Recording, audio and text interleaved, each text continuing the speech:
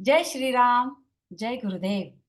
स्वागत है आपका योग वासिष्ठ पर आधारित इस वैराग्य से पुरुषोत्तम तक हिंदी ज्ञान सत्र में। अ, पेड़ कुल्हाड़ी को काटती नहीं। मतलब पेड़ पेड़ को कुल्हाड़ी काटती नहीं। कुल्हाड़ी पकड़ा हुआ हाथ पेड़ को काटता है, या उसके दिमाग में जिसने कुल्हाड़ी पकड़ी है उसके विचार ने पेड़ को काटा। ये हमें विचार करना चाहिए, क्योंकि कल हमने मोक्ष के द्वारपाल में विचार, जो महत्वपूर्ण द्वारपाल है, उसके बारे में हमने बहुत अच्छी तरह से समझा कि विचार किसी व्यक्ति या समाज की मानसिक स्थिति, विचारधारा या दृष्टिकोण दर्शाती है, और विचारों की दिशा हम बदल सकते हैं शास्त्र से, गुरुपदेश से और ज्ञान से। क्योंकि विचार ही हमें आत्मज्ञान और मुक्ति के मार्ग में समझने में मदद करता है, और बंधन भी विचार ही करते हैं। तो आगे के द्वारपाल और विचार के बारे में आइए आगे सुनते हैं योग वशिष्ठ ज्ञान सत्र में यतीन भैया से। यतीन भैया, आपका स्वागत है। जय गुरुदेव। जय गुरुदेव। जय श्री राम। जय श्री राम। चलिए रोज की तरह प्रार्थना करते हैं और शुरू करते हैं।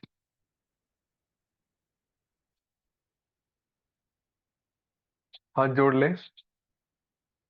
प्रार्थना के लिए एक लंबी गहरी सांस लें। गुरुर्ब्रह्मा गुरुर्विष्णु गुरुर्देवो महेश्वरः। गुरु साक्षात् परम ब्रह्म तस्मै श्री गुरवे नमः। तस्मै श्री श्री गुरवे नमः। सभी के साथ मिलकर हमारी यह ज्ञान यात्रा चल रही है। इस यात्रा में परम पूज्य गुरुदेव का आशीर्वाद, ऋषि वशिष्ठ का आशीर्वाद, सारे सिद्ध, सारे ऋषिवर, जो भी दृश्य रूप में है, अदृश्य रूप में है, उन सभी का आशीर्वाद लेकर हम आगे बढ़ते हैं।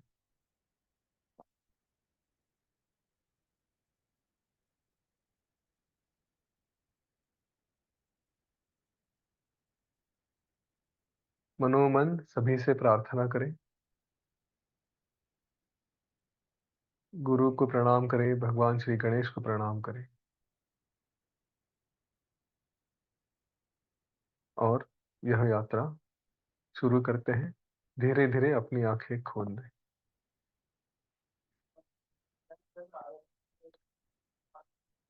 जय गुरुदेव।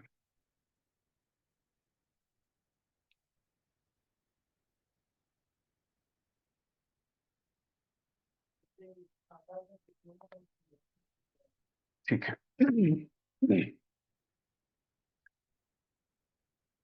तो श्री राम जी के वैराग्य के बाद मुमुक्ष व्यवहार प्रकरण हम देख रहे हैं। हमने मुमुक्ष व्यवहार में मोक्ष के 4 द्वारपालों के बारे में चर्चा आरंभ की है। इसमें हम देख रहे हैं, पहले हमने शम के बारे में बात की, उसके बाद फिर विचार के बारे में चर्चा की। यह 2 द्वारपाल ऐसे हैं, यह किसी के भी जीवन में रहेंगे तो जीवन समृद्ध हो जाएगा। इनका अपना अपना स्थान है।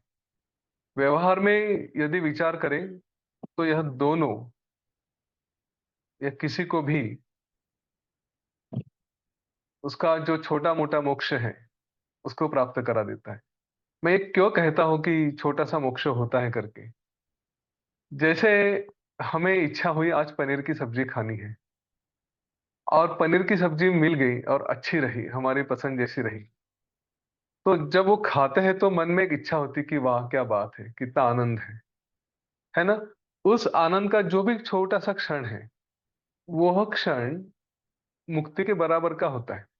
उस समय के लिए उतना छोटा सा क्षण, जिस बात को हम मुक्ति मुक्ति कहते हैं या ध्यान में जाकर वो अवस्था कहते हैं, वो अवस्था आखिर होती क्या है? तो जहाँ पे सब कुछ शून्य है, ना हमें कुछ देखना है, कुछ सुनना है, कुछ नहीं। वैसे ही यह छोटी-छोटी अवस्था ऐसी आती है कि उस समय हमें और कुछ नहीं सुनना होता है, कहीं हमारा ध्यान भी नहीं होता है, हम बस अपने आप पे रहना चाहते हैं। उस आनंद को पनीर हमारी जिह्वा पे रहेगा तो उसको हम चखना चाहेंगे, उसका आनंद लेना चाहेंगे। या गुलाब जाम रहा तो उसका आनंद लेना चाहेंगे। फिर हमें और कहीं ध्यान हमारी इच्छा नहीं होती कहीं ध्यान देने की, कुछ रहा तो भी हम बोलते बाद में देखते हैं, अभी इसको एन्जॉय करने दें। तो शम यह हम नियंत्रण के बारे में विशेष करके बात की थी। शम का अर्थ क्षमा नहीं है। कई लोगों को यह लगता है शम और क्षमा ऐसा क्या कहते हैं उसको, एक जैसा लगता है सुनने में। तो ऐसा नहीं है, ये दो अलग अलग शब्द हैं। क्षमा का अर्थ है नियंत्रण, अपने विचारों पे, अपने आचार पे, इंद्रियों पे। अब एक प्रश्न ऐसा आया था कि यदि क्षमा के जैसे रहे तो हमारी क्या भावनाएं हैं नहीं होनी चाहिए। हम जैसे किसी की, कल मैंने बात की थी, किसी की मृत्यु हो गई, वहां पे गए, तो क्या हमें दुख नहीं होना चाहिए? अगर ऐसा रहा तो फिर हमें और बाकी प्राणियों में क्या फर्क रहा? हम तो मनुष्य हैं, मनुष्य तो उसको भावनाएं होती ही हैं, उसके इमोशंस होते हैं, फीलिंग्स होते हैं, तो उसका क्या करें? तो इसको, ये जो है ना, ये एक प्रवास है। मैंने इसे इसलिए जब भी हम शुरू में प्रार्थना करते हैं तो कहते हैं कि ये प्रवास है।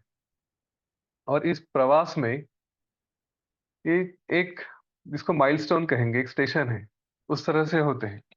बीच बीच में हम एक एक स्टेप पे जा रहे हैं। तो योग वासिष्ठ का आज का 10वां सत्र है। 10वें ही सत्र में हम यूं समझे कि क्या हमें ये नहीं होना चाहिए, क्या हमें अपने इमोशंस पे पूरा कंट्रोल करना चाहिए। तो मुझे नहीं लगता, एक सामान्य मनुष्य के दृष्टि से विचार किया जाए तो इतने ही छोटे क्षण में हम पूरा क्षमा में आ गए और हमारा अपने आप पे नियंत्रण आ गया। हमें क्या करना चाहिए ये एक बात है, हम क्या है ये दूसरी बात है।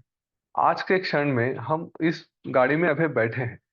हाँ, ये मेरे विचार हैं, हम में से शायद कुछ लोग होंगे कि जो थोड़े आगे पहुंच चुके हैं, लेकिन साधारण मनुष्य ये सुनते सुनते धीरे धीरे धीरे धीरे आगे जाएगा। तो अभी हमने क्षमा की बात की, इसका अर्थ ये नहीं है कि हम पूरी तरह से क्षमा में चले गए और कहीं किसी की मृत्यु के यहाँ गए तो हमें रोना नहीं आएगा। आ सकता है, पर जब ऐसी भावनाएं आती हैं, बाहर आना चाहती है, और उस समय हमने अपने आप को बताया कि नहीं, मैंने तो योग वासिष्ठ पढ़ा है, वहां पे तो कहा है कि क्षमा में रहो, तो मतलब मुझे रोना वोना नहीं चाहिए। हाँ, तो ऐसा ना करें। जो स्वाभाविक है वो होने दे। ये ज्ञान का अभ्यास करते करते करते करते ये ऐसे अवस्था अपने आप से आएगी कि जब हमें दुख होगा, पर वो दुख एक ऐसा पूरा अंदर पे नहीं होगा, एक लेवल तक ही होगा। अंदर से तो ज्ञान ही आएगा, वो कहेगा कि ठीक है, ये मृत्यु हर जगह होती है, ये तो सत्य है जीवन का। तो इसमें हमें दुख होगा, थोड़ा बहुत होगा, ठीक है। जो बहुत ज्यादा होना है हम उसमें बह जाएंगे, अपने आप को सब कारोबार छोड़ के उसी में फंसे रहेंगे, ऐसी अवस्था हमारी नहीं होगी। ये लेकिन वो आने के लिए समय लगेगा। अभी अगर ऐसा कुछ होता है तो जो होता है वो होने दे। मैंने इसका उत्तर कल भी दिया था कि अपने आप को बहुत ग्रेट समझ के जबरदस्ती किसी भावना को रोकने का प्रयत्न करेंगे तो वो अच्छा नहीं है। हाँ, योग वशिष्ठ में भी वही बात कही है कि अपने विचारों को, अपनी भावनाओं को रोकने का प्रयत्न ना करें, जैसे आते हैं वैसे आने दें। वो स्वभावतः धीरे धीरे धीरे धीरे शांत हो जाएंगे। उसके लिए बहुत एफर्ट्स लेने की जरूरत नहीं है। हम इसके कई सारे उदाहरण है कि हमारा स्वभाव बदल जाता है। जो हम कभी थे वो धीरे धीरे धीरे धीरे बदल गए, अच्छी दिशा में चले गए। वो संस्कार होते जाते हैं बार बार बार बार, तो इसका ध्यान रखें। अब रही बात कि हम मनुष्य हैं तो हमें तो इमोशंस वगैरह होनी ही चाहिए। मैं मानता हूँ कि एक हद तक है। जब हम थोड़े ज्ञान में आगे बढ़ जाते हैं ना, तो हमें ये समझ में आता है कि इमोशंस, ये भावनाएं, ये ऐसे होना चाहिए, यह भी आवश्यक नहीं है। इसका अर्थ ये नहीं है कि हम प्राणियों के समान हैं। प्राणी में और हम में विचार करने की शक्ति, ये एक बेसिक डिफरेंस होता है। हमारे ऊपर संस्कार होते हैं, उससे हम बदलते जाते हैं। प्राणी तो बस वैसे वैसे चलते जाते हैं। इस बात का ध्यान रखें कि हमने बचपन से ही बड़े होते-होते हमने ये कहीं से संस्कार लिए हैं कि ऐसा हुआ तो रोना चाहिए, वैसा हुआ तो हँसना चाहिए। हाँ, ये हमारे मूल में नहीं था। ये तो हमने कहीं से सीखा। नहीं तो हम तो कभी उसमें थे ही नहीं। कुछ हमारे पूर्व जन्म के संस्कार है, कुछ इस जन्म के संस्कार हैं, इसीलिए हमने लेबल लगा दी। और इसी का परिणाम है, जैसे कुछ मूवीज़ में दिखाया गया था सिनेमा में। अगर पुराने ज़माने की बात करें तो एक-दूजे के लिए सिनेमा था। कयामत से कयामत था, कयामत से कयामत तक। ये मूवीज़ जिन्हें याद है और उस समय की बातें याद है, तो ये सिनेमे होने के बाद कई घटनाएँ ऐसी हुई थी कि जिन कपल्स की शादी नहीं हो पा रही थी, घर वालों का विरोध था, उन्होंने आत्महत्या कर ली। कहाँ से सीखी ये बातें? सिनेमा से सीखी थी। वो तो अंदर से आई नहीं थी। तो ये जो संस्कार है कि अच्छा शादी को विरोध हुआ तो जाके आत्महत्या करो, ये हमारा स्वभाव नहीं है। हाँ, ये कहीं से हमने सीखा है। जैसे ही जॉब लगता है, वैसे ही सिगरेट फूँकना शुरू करो। ये हमारा स्वभाव नहीं था। ये हमने मूवीज़ में देखा। उस समय की मूवीज़ अगर देखोगे, मैंने शायद यहाँ पे कहा भी होगा। चश्मे बद्दूर नाम की जो मूवी थी फारूक शेख की, तो उसमें ये दिखाया गया था कि हर वो मतलब वो तो सिगरेट की एडवर्टाइज़मेंट है ऐसे कहूँगा। एक सीन दिखा दीजिए कि जहाँ पे किसी के हाथ में सिगरेट नहीं हो करके। तो यह संस्कार हमने कहीं से लिए हैं। ऐसा हुआ तो वैसा होना चाहिए, वैसा हो तो वैसा होना चाहिए, ये इंप्रेशंस हमने बनाए हैं। वरना हम मूल रूप से सच्चिदानंद हैं। तो किसी की मृत्यु हुई तो वहाँ पे जाने के बाद हमें दुःख होना ही चाहिए, ये आवश्यक नहीं है। हमारे संस्कार जैसे हैं वैसे हम बनते हैं। अब सामान्यतः ये संस्कार हो चुके हैं कि दुःख होना चाहिए, रोना आना चाहिए, तो ठीक है, कर लीजिए। उसमें कोई शर्म की बात नहीं है, उसमें कोई दुःख की बात नहीं, ना ही इस ज्ञान को चैलेंज करने की बात है। ये अपना काम करेगा धीरे-धीरे, धीरे-धीरे एक दिन असर लेकर आएगा। ठीक है? तो इमोशनलेस होना ये कोई बुरी बात नहीं है। हाँ, ये इमोशंस होने ही चाहिए ऐसा भी आवश्यक नहीं है। गुरुदेव ने तो कहा है कि आपकी सारी भावनाएँ, इमोशंस जिसको कहते हैं उसको सबको बंडल करो, बाँध के एक अच्छे से ये करके पैक करके फिर से बाहर ना आए, इस हिसाब से जाके समुद्र में डाल दो। कोई इमोशंस का महत्व नहीं होता। हमें स्टेबल होना है। इमोशंस होनी चाहिए करके तो हम कई बार बह जाते हैं और फिर दुःख में पड़ जाते हैं। ठीक है? इस बात का ध्यान रखें। तो हमने क्षमा के बारे में बात की, विचार। विचार यह बहुत आवश्यक है, इसलिए कि जीवन में हम जो भी कार्य करते हैं उससे पहले थोड़ा रुके, तनिक रुके और विचार करें कि जो कर रहा हूँ वो सही कर रहा हूँ या नहीं कर रहा हूँ। आखिरी वाक्य तो मैंने कल कह दिया था, सत्य और असत्य का विचार करिए, सबसे श्रेष्ठ विचार वही है। जो ज्ञानी होता है वही यही देखता है, जो भी हो रहा है इसमें सत्य क्या है, असत्य क्या है। जब उसे पता चलेगा ये असत्य है तो छोड़ देगा, उसके पीछे नहीं पड़ेगा और जो सत्य है उसी को पकड़ के रहेगा। फिर आप अगर स्टूडेंट हैं, तो आपको देखना चाहिए कि आपकी पढ़ाई ही आपके लिए सत्य है। बाकी पढ़ाई छोड़ के जो कुछ है वो सब असत्य है। चाहे फिर वो दोस्तों के साथ घूमने के लिए जाना हो, टाइम पास करना हो, रील्स देखना हो, मूवीज़ देखना हो, जो भी है। एंटरटेनमेंट नहीं होनी चाहिए ऐसी बात नहीं है। थोड़ा-थोड़ा रिलैक्सेशन के लिए अलग-अलग बातें हो सकती हैं। पर यह देखें कि वो खाने में नमक जितना है। हाँ, नहीं तो वो सब खाना बन जाता है और हम केवल नमक का ही स्वाद लेने में जैसे पढ़ाई के ऊपर ध्यान देना है तो उतना ही करते हैं। तो उससे तो नुकसान होना ही होना है। तो ये सत्य-असत्य की संकल्पना हमारे जीवन में हर क्षेत्र में हमें लेकर आनी। तीसरा मोक्ष का द्वारपाल, यह है संतोष। वैसे योग वासिष्ठ में जो मेरे पास पुस्तक है वो जो ओरिजिनल है, पूरा योग वासिष्ठ है, उसमें संतोष के ऊपर बस 2-3 पन्ने ही उन्होंने दिए हैं। अगर कहूँ इस सर्ग में कितने श्लोक हैं, तो इसमें केवल 20 श्लोक हैं, बाकी सब में कुछ तो है, कम से कम विचार में तो 54 श्लोक थे। अब संतोष में इतना छोटा क्या है? तो मेरे विचार से तो वशिष्ठ ऋषि ने भी छोटे में ही बता दिया कि इसी में संतोष रखो करके, बहुत ज़्यादा सुनने की आवश्यकता नहीं, है ना? पर मैं अपने विचार से कुछ बातें कहूँगा। संतोष के बारे में वशिष्ठ ऋषि ने कहा है, संतोषो हि परम श्रेयः संतोषः सुखमुच्यते। संतुष्टः परमभ्येति विश्राम मरिसूदन। श्री राम जी को उन्होंने कहा, संतोष परम श्रेय, सबसे बड़ा सुख, मोक्ष का सुख कहा जाता है और संतोष से स्वर्ग सुख भी कहा जाता है। संतोष ऐश्वर्य सुखी नाम चिर विश्रांत चेतसाम साम्राज्यमपि शान्तानां जरः तृणलवायते। क्या कहा है? साम्राज्यमपि शान्तानां जल जर तृण लवायते। मतलब क्या, जो जल गया है एकदम पुराना तृण है, तृण मतलब क्या, घास का एक छोटा सा पत्ता। हाँ, पूरा साम्राज्य भी मिल गया ना, तो जिसके पास संतोष है उसे वो घास के पत्ते जैसा लगता है, सूखे हुए घास के पत्ते जैसा। उसे, जिसके पास संतोष है, उसे ये एक तिनके के टुकड़े जैसा लगता है। तो उसकी चाह नहीं होती। संतोष को गलत तरीके से मत लीजिए, उसके बारे में बात करते हैं। पर कहा है कि संतोषशालिनी जिसकी बुद्धि है, उसे ना दारिद्र्य से कोई तकलीफ होती है, ना ही वियोग से तकलीफ होती है। संकट पूर्ण जीवन भी रहा तो भी वह सुख से दूर नहीं रहता, उसके मन में शांति रहती है। संतोष होना बहुत बड़ी बात है। मैं आर्ट ऑफ लिविंग के बाकी लोगों के साथ, हम लोग कई बस्तियों में, हॉस्पिटल्स में, पर्टिकुलरली बस्तियों में हम आशीर्वाद देने जाते थे, गुरुदेव का आशीर्वाद देने का कार्य हम करते थे।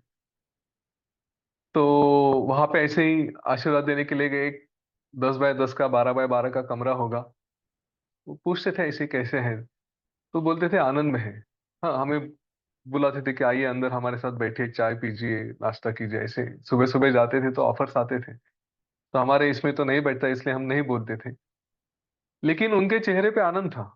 उसी कमरे में कोने में कहीं तो छोटा सा ऐसे 2.5 फुट का, 3 फुट की हाइट का एक कॉर्नर बना होगा, वहीं पे बाथरूम रहेगा, और उसी वातावरण में आनंद से जीते थे। ये हमने एक तरफ देखा है। दूसरी तरफ हमने यह भी देखा है कि माल, बड़ी बड़ी एयरलाइंस के मालक हैं, बड़ी बड़ी बिल्डिंग के मालक हैं, लेकिन देश से भाग जाना पड़ता है। ऐसी भी स्थिति हमने देखी है। बड़ी बड़ी कंपनी के मालिक हैं, लेकिन थोड़ा कर्जा हो गया, बिजनेस नहीं चला तो आत्महत्या तक कर जाते हैं। ऐसे भी एग्जाम्पल्स हमने देखे। फिल्म स्टार है, सुपरस्टार है, सब कुछ है, लेकिन कुछ दिनों तक काम नहीं मिला, कुछ इधर उधर गड़बड़ हो गई, तो डिप्रेशन में चले गए, शराब के नशे में डूब गए, आत्महत्या कर ली। ये सारी बातें हमने देखी। कोविड का समय तो हमारे लिए उसका एक उदाहरण रहा है। संतोष क्या शक्ति देता है, क्या बल देता है, ये आप आज आज मेरे से सुन लीजिए। बड़ी सुंदर कहानी है ये। हम लोग कोविड के समय में पुलिस के साथ काम करते थे, और उस समय मैंने ये देखा था कि मेरे ये जो छोटे छोटे बिजनेसेस के कारण, डूब जाने के कारण, कर्जा होने के कारण, पेन पैसा वापस न कर सकने के कारण, काफी लोग आत्महत्या कर चुके थे। फिल्म स्टार्स ने भी आत्महत्या की थी, हमने ये सब देखा था।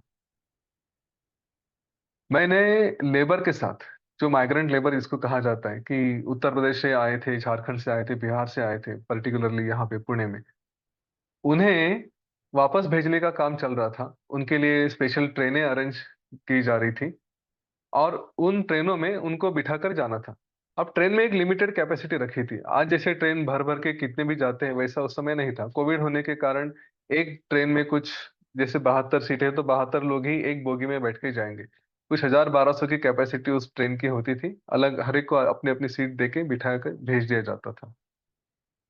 तो जैसे आज गोरखपुर की ट्रेन छूटनी है, तो हमारे पास इंफॉर्मेशन आती थी कि गोरखपुर वालों को इकट्ठा करो, भेज दो।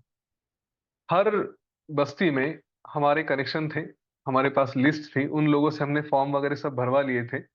और फिर हमको उनको बोलते थे कि आज जो जो भी गोरखपुर वाले हैं वो सब आ जाओ।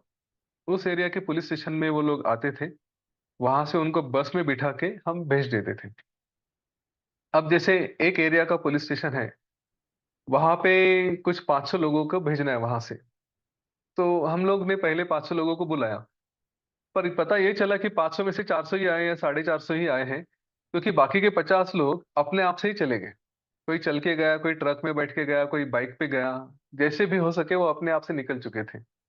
तो अगली बार से हम फिर 550-600 लोगों को बुलाते थे कि चलो ट्रेन भर के चली जाए।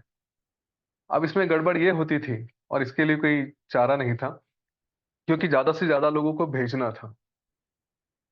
तो 550-600 लोगों को बुलाया, और बराबर 500 लोग होने के बाद उनको हम बसों में बिठा के स्टेशन पे भेज देते थे, उनका आगे का प्रबंध हो जाता था। लेकिन जो बचे हैं, उनके लिए दुविधा थी। क्या दुविधा थी? कि उनका वो सब लोग यहाँ पे किराए से रहते थे। मकान मालिक का भाड़ा नहीं दिया रहता था, वो पीछे पड़ा रहता था। 2-3 महीने हो चुके हैं। तो ये लोग क्या करते थे कि नहीं सर, अभी मेरा नंबर आया है, मैं जा रहा हूँ, ये आपका कमरा, उसकी चाबी करके मकान मालिक के पास दे देते थे। अब पूरा सामान जो भी है, घर में जो भी है, बच्चे हैं, बूढ़े हैं, सबको इकट्ठा लेके, सारा सामान लेके वो वहां पे बस स्टेशन के पास आते थे। जिनका नंबर लगा वो गए, जिनका नंबर नहीं लगा उनका क्या। बड़ा ही दुखदायक दृश्य था कि रास्ते पे खड़े हैं, ना सर पे छत है, ना कहाँ खाना मिलेगा, क्या मिलेगा, इसकी कोई गारंटी नहीं है। ऐसे स्थिति में हमने उनको देखा था। जब ये समस्या सामने आई तो तुरंत उनकी कुछ व्यवस्था की गई, उनके लिए कोई स्कूल में, फिर जिसको हम शेल्टर कहते हैं, अरेंजमेंट किया गया, वहां पे उनको भेजा गया। फिर 4 दिन बाद, 8 दिन बाद जब उनका नंबर आएगा, दूसरी ट्रेन आएगी, तो उन्हें हम भेज देते थे।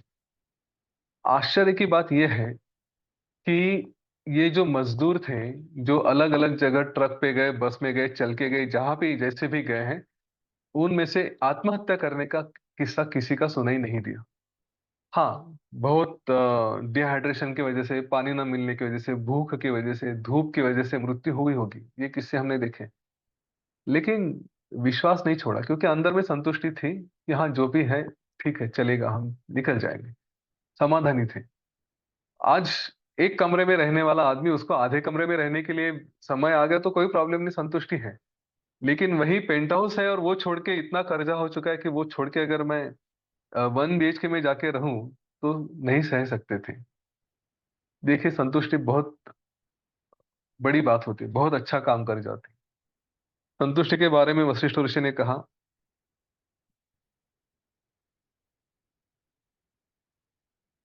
न अभिवांछति असंप्राप्तम प्राप्तम भुंक्ते यथा क्रमम, यह सुसौम्य समाचार संतुष्ट इति कथ्यते। किसको संतुष्ट कहा जाता है?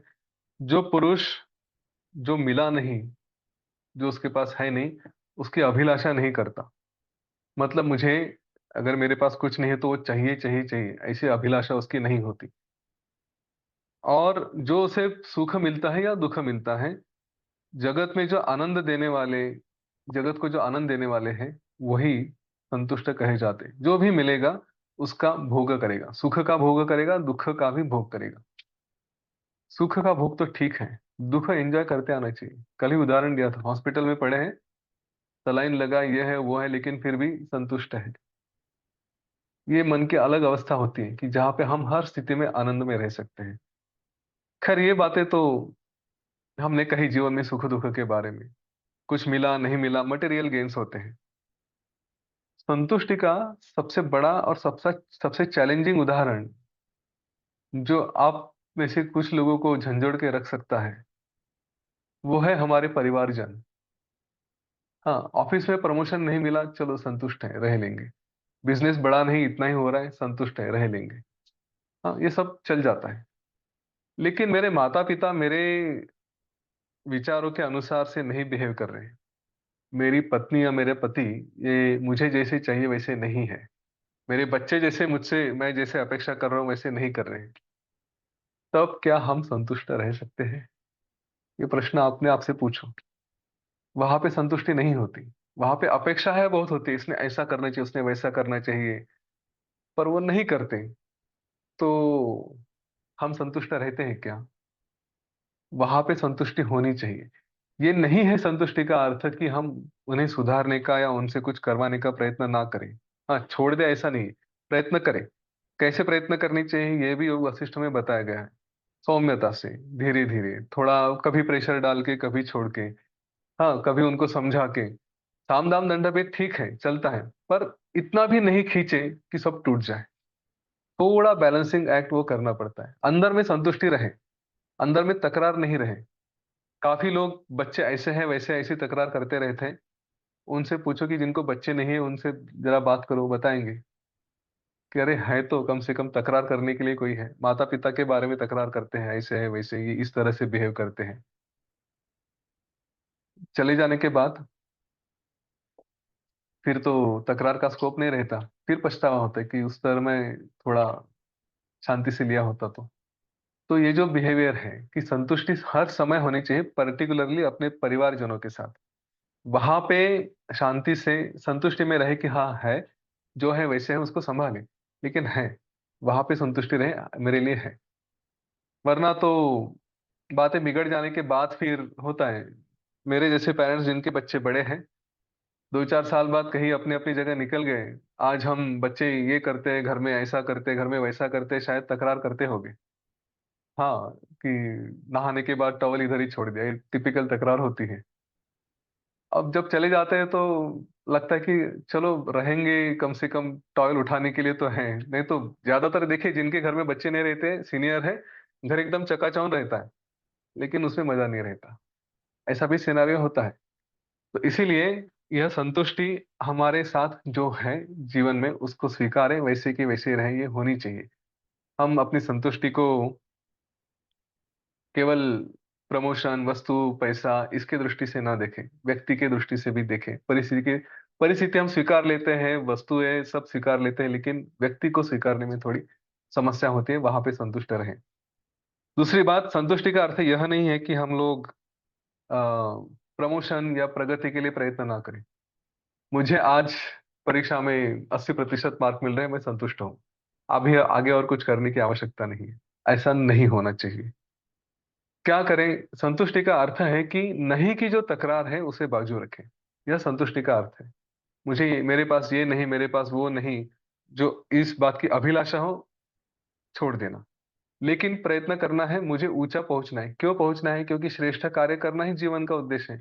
ये शरीर रह के करेगा क्या? कुछ नहीं करेगा, संतुष्टि है तो भी गलत है। इस बात का ध्यान रहे कि हमें प्रयत्न करने हैं। संतुष्ट का अर्थ सब कुछ छोड़ देना है, ऐसा नहीं। जो है उसमें समाधानी रहें और आगे जाके हमें जो प्राप्त करना है उसके लिए प्रयत्न करते रहें। वो जी-जान से प्रयत्न करें। उसके लिए फिर क्षमा रहें, जो हमें प्रयत्न करने हैं उसमें विचार करें। जो प्राप्त करना है उसका विचार करते-करते रहें, लेकिन मन में संतुष्टि रहे। आखिरी द्वारपाल वो है साधु संगति। ये सबसे सुंदर, सबसे अच्छा द्वारपाल मेरे विचारों से। वशिष्ठ ऋषि ने कहा, विशेषेण महाबुद्धे संसारोत्तरणे नृणाम सर्वत्र उपकारोति ही साधु साधु समागमः। हे महामते, श्री राम जी को कहते हैं, इस लोक में श्रेष्ठ साधु समागम मनुष्य के संसार सागर से उत्तरण में विशेष रूप से सब जगह में संपूर्ण अवस्थाओं में उपकार करता है। जिसके पास साधु समागम है वह इस संसार सागर को पार कर सकता है। विद्वान पुरुषों का समागम होने से आत्मी जो हमारे करीबी लोग हैं और जिनके पास धन है, यह सब चले भी गए, हाँ, तो भी ऐसे स्थान में धन नहीं होने के कारण, जन हमारे लोग नहीं होने के कारण भी हमारे पास सब कुछ है ऐसा अनुभव होता है। उस समय मृत्यु भी उत्सव के जैसे लगता है और जो आपत्तियां होती है, संकट होते हैं, वो भी हमें संपत्ति जैसे लगता है। मित्र अच्छे रहे तो क्या फर्क नहीं कर सकते, आप मुझसे पूछिए। मेरे एक मित्र थे, मैं इंजीनियरिंग के बाद गेट की एग्जाम होती है जिसमें पोस्ट ग्रेजुएशन के लिए वो आवश्यक होती है। तो मेरे एक मित्र थे, वो एक दिन आकर उन्होंने मुझसे कहा कि चलो हम इकट्ठा बैठ के पढ़ाई करेंगे। एक साल प्रिपरेशन करनी थी इंजीनियरिंग के बाद, तो उन्होंने गैप लिया था, वो भी कहे कि चलो हम एक साथ पढ़ाई करते हैं। वैसे एक साथ पढ़ाई करने का, इकट्ठा पढ़ाई करने का मेरा अनुभव बहुत अच्छा नहीं था, मेरे विचार भी उसमें इतने फेवरेबल नहीं थे। लेकिन सीधे-सीधे नहीं कैसे कहूँ, इस विचार से मैंने सोचा कि चलो कुछ दिन देखते हैं, हुआ तो ठीक है, नहीं तो छोड़ देंगे, बाद में देखते हैं। तो मेरे मित्र मेरे यहाँ आते थे, सुबह 9 साढ़े 9 बजे घर से नाश्ता करके, और हालाँकि खाना मैंने ऑफ़र किया था कि मेरे साथ ही खाओ, हमारे यहाँ ही खाओ, पर वो अपना भी डब्बा लेके आते थे और फिर हम पूरा दिन एक साथ बैठते थे। शाम को साढ़े 5-6 हो गए, तो मेरे जो अड़ोस-पड़ोस के मित्र थे, वो मुझे बुलाते थे कि यतीन आ जाओ क्रिकेट खेलते हैं या टाइम पास करते हैं, कुछ बातें करेंगे। तो मेरा भी जी होता था कि चलो जाके बैठें, खेल लें। पर ये मित्र था, ये कहता था कि अरे नहीं यतीन यार, इतना थोड़ा-सा बाकी है, इतना कर लेते हैं, ये टॉपिक कंप्लीट कर लेते हैं। तो ऐसा थोड़ा-थोड़ा, थोड़ा-थोड़ा करके प्रेम से मुझे रोक लेते थे, खेलने का समय निकल जाता था और देर शाम तक फिर हम इकट्ठा बैठते थे। कभी मेरे साथ बैठे रात तक तो रात को बैठे, वरना फिर वो अपने घर चले जाते थे। तो पूरा वर्ष हमने ऐसे ही एक साथ पढ़ाई की, ऐसे ही चलती रही। और कभी भी कोई आकर्षण आता था कि क्रिकेट की मैच देखनी है, कुछ देखना है, तो वो मुझे ऐसे बांध के रखते थे कि नहीं इतना कर लेते हैं, छोड़ देना, मेरे लिए कर ले, ऐसा इस तरह से बड़े प्रेम से उन्होंने मुझसे पढ़ाई करवा ली। कभी उनका समय होता था तो मैं भी बांध लेता था कि नहीं जाने दो, अभी ये कर लेते हैं, इतना बाकी है उतना बाकी है। साधु समागम ऐसा है ना कि ये तीनों बातों को जीता देता है। वो क्षमा अपने आप से आ जाता है, क्योंकि हमने कितना भी आकर्षण रहा तो भी दूसरा हमें बांध लेता है। गलत विचार आने लगे तो भी वो विचार हमारी सही लेकर आता है। और संतोष की तो बात वहां पे अलग ही है कि हम जो है उसमें कंटिन्यू करें, कंप्लेंट ना करें। परिणाम यह हुआ कि हम दोनों का गेट का स्कोर एग्जैक्टली सेम आया। मतलब ऑल इंडिया रैंकिंग हमारी दोनों की 438 थी। दोनों में अच्छा स्कोर हुआ, दोनों को अच्छी जगह एडमिशन मिल गई, हमारा पोस्ट ग्रेजुएशन अच्छे से हुआ। मैं सच में आज जो भी हूँ वो उनके कारण हूँ, ऐसा मैं मानता हूँ।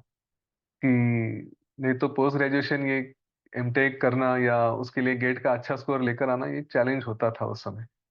पर उनका भी मेरे जीवन में बड़ा योगदान रहा है, उनका नाम अवश्य लेना चाहूंगा। जहाँ भी है ईश्वर उनको सब कुछ दे। चंद्रशेखर मेनकुदळे करके नागपुर के मेरे मित्र थे, मेरे इंजीनियरिंग कॉलेज के ही। तो ऐसे मित्र होने चाहिए। उसके बाद योग वासिष्ठ के लिए अध्यात्म के मार्ग पे भी ऐसे ऐसे मित्र आए कि जो मुझे उठा उठा कर लेकर जाते थे कि चलो ये कोर्स करना है, चलो गुरुदेव आ रहे जरा देख के आते हैं। ऐसा कर करके लेकर जाने वाले मित्र थे। योग वासिष्ठ की पुस्तक मेरे हाथ में थमा देने वाले मेरे मित्र है संदेश सावंत, उनका भी मैं जिक्र अवश्य करूंगा। तो ऐसे मित्र अगर रहे तो जीवन निकल जाता है। इसलिए साधु संगति का महत्व बहुत कहा गया है। जिनके पास साधु संगति रहेगी उनकी बुद्धि अत्यंत बढ़ जाती है। अज्ञान रूपी वृक्ष उनका कट जाता है और मानसिक व्यथाएं भी दूर होती है। मित्र बहुत सही काम करते हैं अगर सही मित्र रहे, सही संग रहा तो। योग वासिष्ठ की विशेषता यह है कि शुरू शुरू में उन्होंने, वशिष्ठ ऋषि ने, यहाँ पे साधु संग साधु संग साधु संग ऐसा कहा है, या साधु समागम ऐसा बार बार कहा है। और उसके थोड़ी देर बाद उसी को शब्द घुमा के सत्संग सत्संग सत्संग भी कहा है। वैसे तो कहने के लिए साधु संग या साधु समागम और सत्संग तो दोनों एक ही है। उसमें थोड़ा फर्क भी है, उसके बारे में भी हम देखते हैं। साधु समागम के बारे में वशिष्ठ ऋषि कहते हैं कि कितनी ही बड़ी आपत्ति संकट क्यों न हो, और कितनी ही बड़ी पराधीनता, मतलब हम किसी के ऊपर डिपेंडेंट क्यों न हो, फिर भी मनुष्य को क्षण भर के लिए भी साधु संगति का त्याग नहीं करना चाहिए। आप सब साधु संगम में हैं, एक दूसरे के साथ यहाँ पे आते हैं, बातें करते हैं, चर्चा करते हैं, योग वशिष्ठ सुनते हैं, ज्ञान की चर्चा में साधु संगति में तो है ही। जीवन में भी अपने यहाँ पे देखें कि हमारा संग कैसे होता है।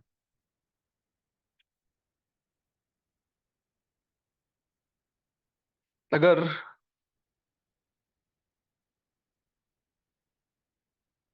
इन चारों द्वारपाल के बारे में कहना है तो वशिष्ठ ऋषि ने कहा है, संतोष साधु संगश्च विचारो अथ शमस्तथा एत एव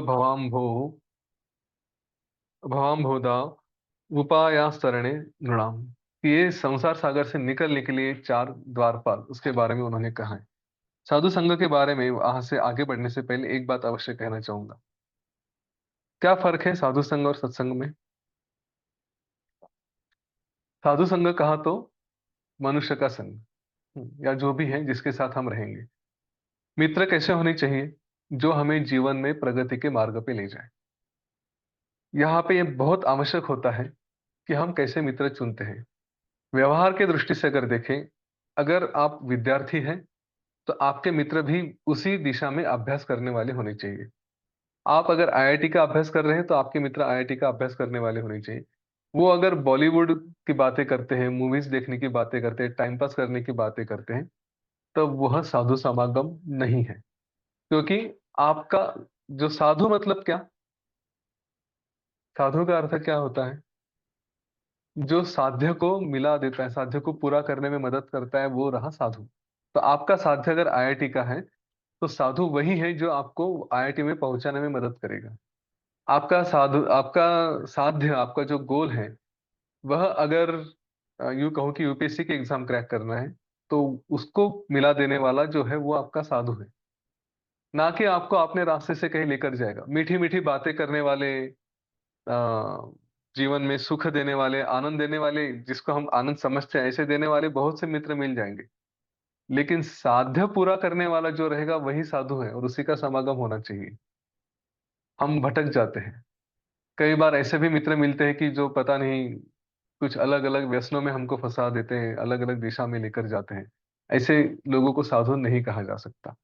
हाँ, वो मित्र रहेंगे, वो हमें कहीं कहीं किसी इसमें काम में मदद कर सकते हैं, लेकिन वो साधु नहीं है, हमारा साध्य पूरा कर देने वाला साधु। दूसरा अर्थ है सत्संग। यहाँ पे दूसरा शब्द प्रयोग किया गया है। शुरू में साधु समागम, उसके बाद सत्संग सत्संग सत्संग। अब सत्संग का अर्थ यह है कि हम मानते हैं कि जो एक विचार के लोग हैं उन्हीं के साथ रहे, वो सत्संग है। पर सत का संग, ऐसे उसको देखें। सत्य क्या है? जो शाश्वत है, जो एक ही है, जो सत्य है, जो बदलता नहीं है, उसको हम सत्य कहेंगे। तो सत्य का संग करें। हाँ, फिर हमें मनुष्यों की भी आवश्यकता नहीं मिल लगती। कई बार ऐसी परिस्थिति आती है कि जीवन में हमें कोई मित्र ही नहीं मिल सकता, या जो हमें उसकी दृष्टि दे, या ऐसा कोई ग्रुप ऐसा मिलना कठिन हो जाता है आजकल। व्हाट्सएप फेसबुक के कारण मिल जाते हैं लोग, ऐसी नहीं, ऐसी बात नहीं है। पर अगर ऐसा नहीं रहा, ऐसा कोई साधु नहीं मिला, तो समझे कि सत्संग है। तो सत क्या है ये तो हमें पता होता है। फिर वही करें कि अगर मैं फिजिक्स का अभ्यास कर रहा हूं, मुझे इसमें यश लेना है, तो मेरा संग हमेशा फिजिक्स के साथ ही रहेगा। विचार में एक बताया गया है ना, सत्य असत्य, जो ज्ञानी है वो सत्य के साथ रहेगा। वही ये है। अगर मैं ज्ञानी हूँ, अगर मैं ज्ञान के मार्ग पे चल रहा हूँ, तो फिजिक्स अगर मेरा सत है तो मैं उसी में ही रहूंगा, मैं उसी के बारे में बात करूंगा, उसी का विचार करूंगा। ठीक है, और कोई विचार नहीं करूंगा। वो रहा सत का संग। अगर हमारे लिए जीवन में मुक्ति प्राप्त करना ये हमारा उद्देश्य है, मोक्ष प्राप्त करना ये उद्देश्य है, तो सत्य क्या है उसको समझे, और हमेशा उसी सत्य के साथ रहे। फिर दुनिया में कुछ भी होता रहे, चाहे जितनी झंझटें रहे, चाहे जितना क्रोध रहे, अलग अलग बातें रहे, कोई हम पर क्रोध कर रहा है, या कोई हमसे ढंग से बात नहीं कर रहा है, कुछ भी हो रहा है, सुख में है दुख में है। हाँ, शादी में उत्सव मना रहे हैं, नाच रहे हैं, गा रहे हैं, हॉस्पिटल में बेड पे पड़ रहे हैं, सब जगह मन में हमेशा वो सत रहना चाहिए कि मुझे सत के संग रहना है। हम बाहर में जो भी कार्य करें वो करेंगे, लेकिन अंदर में हमेशा सत के साथ रहेंगे, सत्संग में रहेंगे। इसके बाद वशिष्ठ ऋषि ने कहा कि श्री राम जी, आपको यह सद्गुण को बढ़ाना है। जो सत्य है और जो सद्गुण है, अच्छे गुण है, उनको बढ़ाने के लिए हमेशा प्रयत्न करने हैं। फिर यह ग्रंथ कौन कौन सुन सकता है, उसका वर्णन किया है। इस ग्रंथ के परिणाम क्या होते हैं, इसका ये ग्रंथ का स्वरूप क्या है, वह भी उन्होंने बताया। वशिष्ठ ऋषि ने कहा कि पुण्य कल्प द्रुमो यस्य फल भारानतः स्थितः मुक्तये जायते जंतोस्तस्येदं श्रोत्रमुद्यमः। ये ग्रंथ क्या है कि जिसका फलों के भार से खूब झुका हुआ पुण्य रूपी कल्प वृक्ष है, उसी पुण्यात्मा जीव का मुक्ति के लिए इसे सुनना यह उचित है। यह ग्रंथ कौन सुन सकता है? कि जो पुण्य से भरा पड़ा है, जिसने बहुत पुण्य किए हैं, उसी को यह ग्रंथ मिल सकता है। हम उल्टा विचार करते हैं, अगर हमें मिल रहा है तो हम पुण्य से भरे पड़े हैं, हमने कुछ अच्छे कर्म किए हैं, तभी हम यहाँ पे बैठे हैं। मोक्ष के साधन को प्राप्त करा देने वाली और सारभूत से, अर्थ से परिपूर्ण, मोक्षदायिनी ऐसी यह संहिता, ये 32,000 श्लोकों की है। इस ग्रंथ का वर्णन वशिष्ठ ऋषि कर रहे हैं। ये क्या ग्रंथ है? इसमें 32,000 श्लोक हैं। जिसको, इससे क्या क्या फायदा होता है? गहरी नींद से सोए हुए पुरुष के सामने दिए जलने पर, यद्यपि अगर कोई सोया हुआ है, उसके सामने हमने वहां पे दिया लगा दिया, दिया जला दिया, तो उसको प्रकाश चाहिए ऐसा नहीं होता, वो तो सो रहा है, लेकिन फिर भी उसके सामने प्रकाश रहता है। वैसे ही इस ग्रंथ के बारे में जरा ध्यान देकर सुनिए कि इस संहिता की श्रवण से, इसको सुनने से, इच्छा हो या ना हो, फिर भी मोक्ष का साधन ज्ञान अवश्य प्राप्त होता है। इसीलिए इसको कान पे पढ़ने दें। मैं अपने सभी मित्रों से बार-बार यही कहता हूँ कि तुम्हारी इच्छा नहीं हो, लेकिन उस वातावरण में जाके बैठ जाओ। कान पे पड़ेगा ना, अपने आप से उसका परिणाम होते रहता है। हमारी कई बार ये होता है कि नहीं, मुझे गया तो नींद आती है, मेरा ध्यान नहीं रहता, मैं कहीं बिज़ी रहता हूँ, ऐसी कई सारी बातें चलती रहती हैं। हम कहते हैं कि ठीक है, बस वहाँ पे बैठे रहो, उस वातावरण में बैठे रहो, अपने आप से कान में पढ़ते उसका असर हो जाता है। मैंने अपने बच्चों के साथ देखा है, जैसे हम गणेश जी की आरती करते हैं, मंत्र पुष्पांजलि करते हैं, राम रक्षा कहते हैं या कोई और मंत्र या स्तोत्र कहते हैं। बच्चे अपने बैठे-बैठे कभी बचपन में खेल रहे होते, कुछ कर रहे हैं, पढ़ाई में है, इधर-उधर ध्यान रहे और मैं जैसे बोल रहा हूँ, राम रक्षा कह रहा हूँ या कुछ कह रहा हूँ, उनके कानों पे पड़ती रही। पर जब बोलने का समय आ गया तो अपने आप से याद रही। कभी जानबूझ के प्रयत्न किए या सीखने का प्रयत्न किया, ऐसा नहीं था, अपने आप से आ जाता है। ये जो फ़ॉर्मूला दिया है ना उन्होंने, कि इच्छा न होने पर भी मोक्ष का साधन ये मिल जाता है। क्यों? क्योंकि सिस्टम ऐसे ही काम करती है। हम उस वातावरण में रहें, हमारी इच्छा रही ना रही, वो संस्कार बराबर हमारे अंदर आते जाते हैं, बराबर अपना काम करते हैं। इसीलिए अगर कुछ ज्ञान प्राप्त करना है, कुछ सीखना है, तो बस इस कान को, इस शरीर को, इन इंद्रियों को वहाँ पे जाके छोड़ दें। बाकी सब अपने आप होने लगता है। धीरे-धीरे उन बातों का हम पर असर होता है, उसका अच्छा परिणाम होने लगता है और हम उसमें जुड़ जाते हैं। इसीलिए कुसंगति के बारे में भी कहा है, कुसंगति से बचें। जैसे अच्छी संगति का परिणाम होता है, कुसंगति से दूर रहें, नहीं तो वह भी हमारी इच्छा रहे ना रहे, वो बराबर हमारे ऊपर असर करने लगती है। आज नहीं तो कल उसका असर आएगा।